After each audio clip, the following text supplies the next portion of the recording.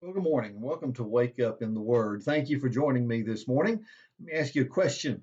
As we are sometimes feeling frustrated, maybe backed into a corner, have you ever felt like you could just stand it no longer and you had to do something? Well, that's exactly what Paul says today in session number 8 of Keeping Our Hope.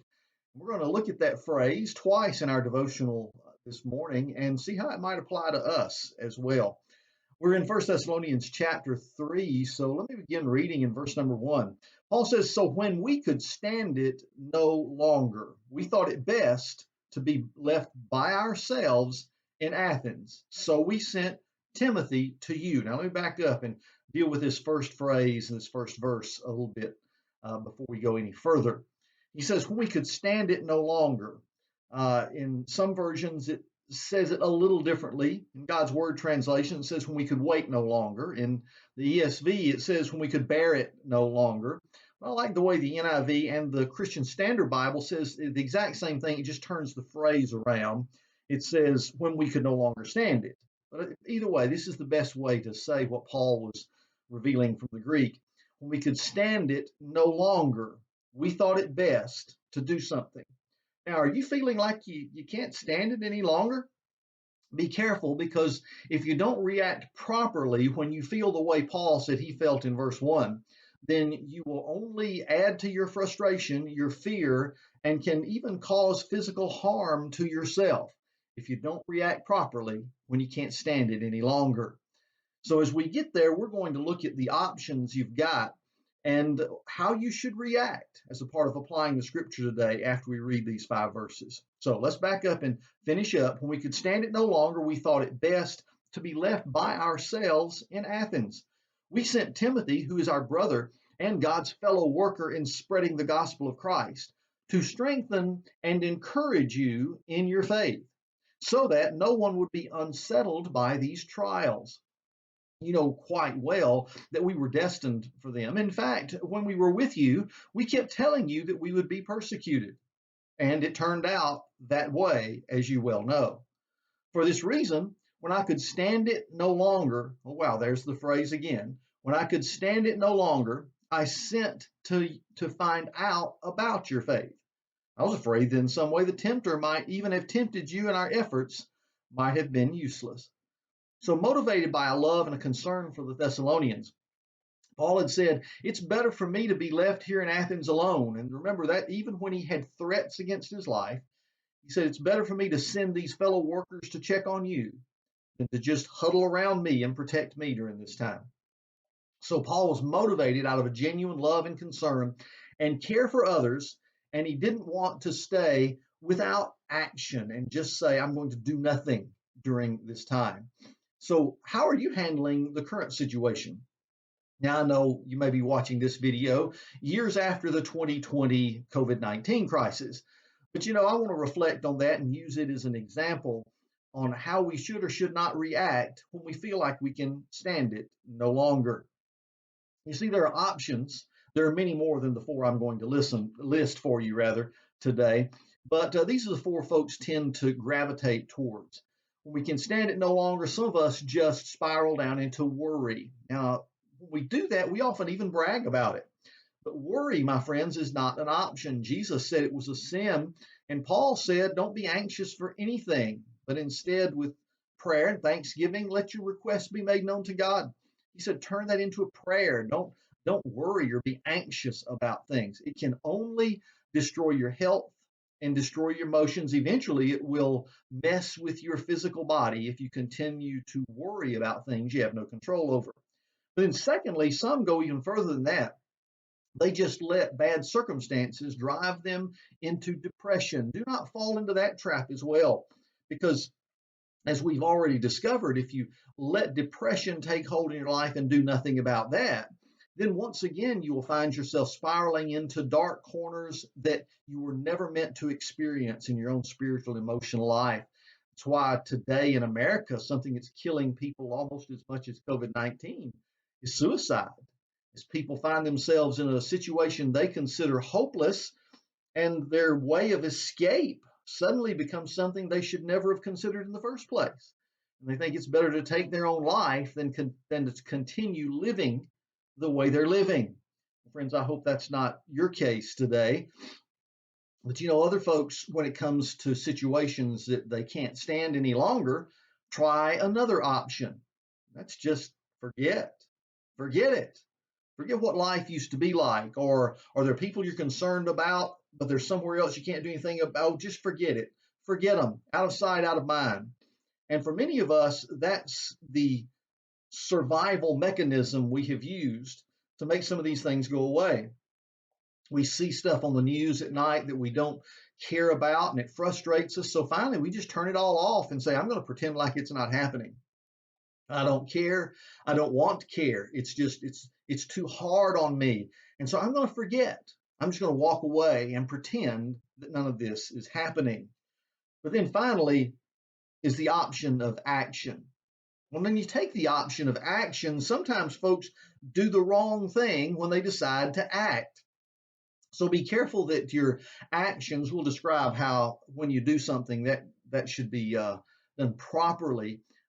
Make sure that when you decide, I've got to do something, just like Paul, when we could stand it no longer, I've got to do something, that you do the right thing instead of the wrong thing. Quite often, we decide we're going to do something, and then we're impulsive about our reactions. And then we cause more damage or more harm than good. I was watching some of the folks. I've got some people that watch me in Michigan and got some friends up there.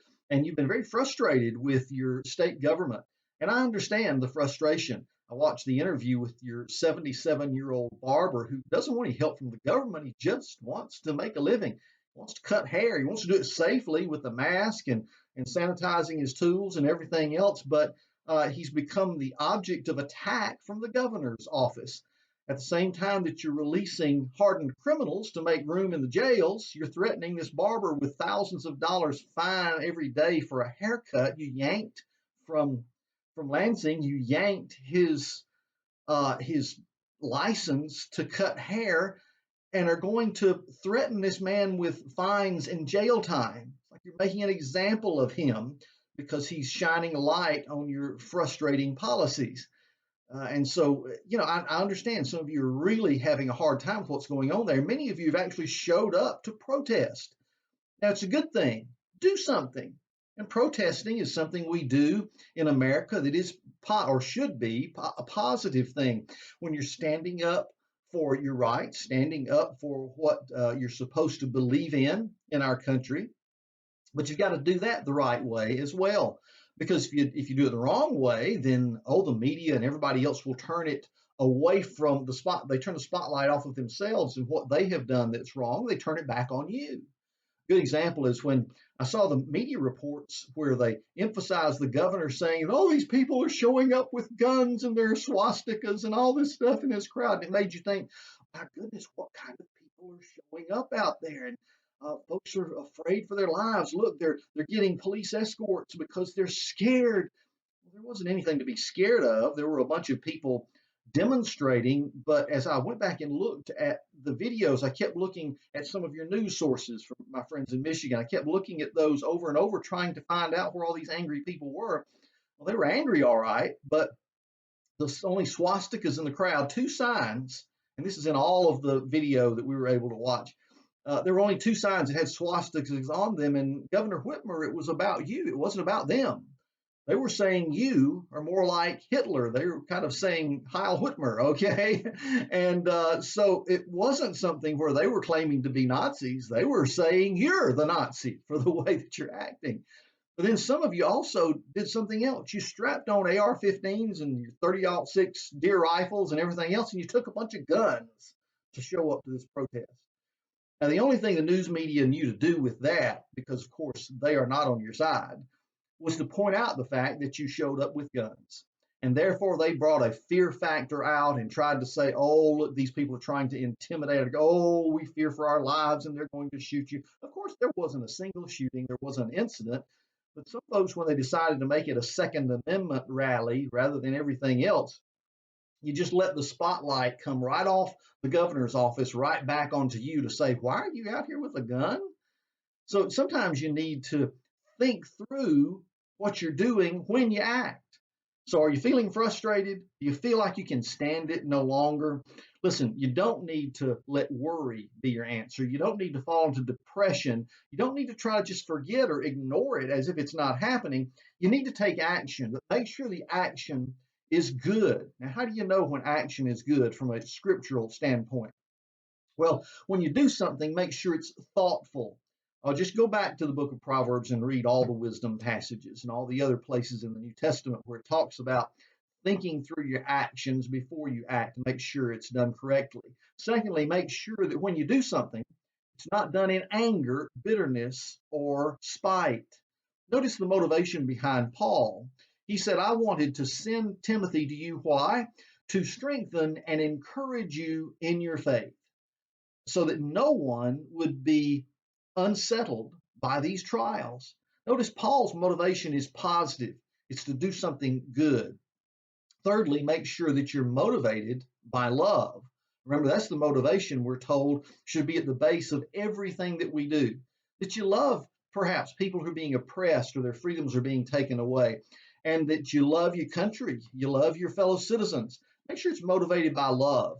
When your motivations are based on a love for God first and love for your neighbor and others second, then you'll make the right choices. And then fourthly, make sure that the result you're striving for is encouragement and faith and hope. And there are times when we know we need to perhaps do something that's more drastic. You know, we live in a country that was founded on a freedom that was desired when folks said, just like Paul, when we could stand it no longer. And I go back and read the founding documents, and here's what they said in a nutshell. We could stand no longer the oppression of the British government over us. We decided it was time to start our own country. Okay, that's basically how the American Revolution started. When we could stand it no longer, here's what we did. It was thought out, it was prayed over, and the struggle resulted in the United States of America, a place where we are supposed to have the freedom to assemble, the freedom to worship, and the freedom to experience all the good and bad of people's decisions all around us each and every day.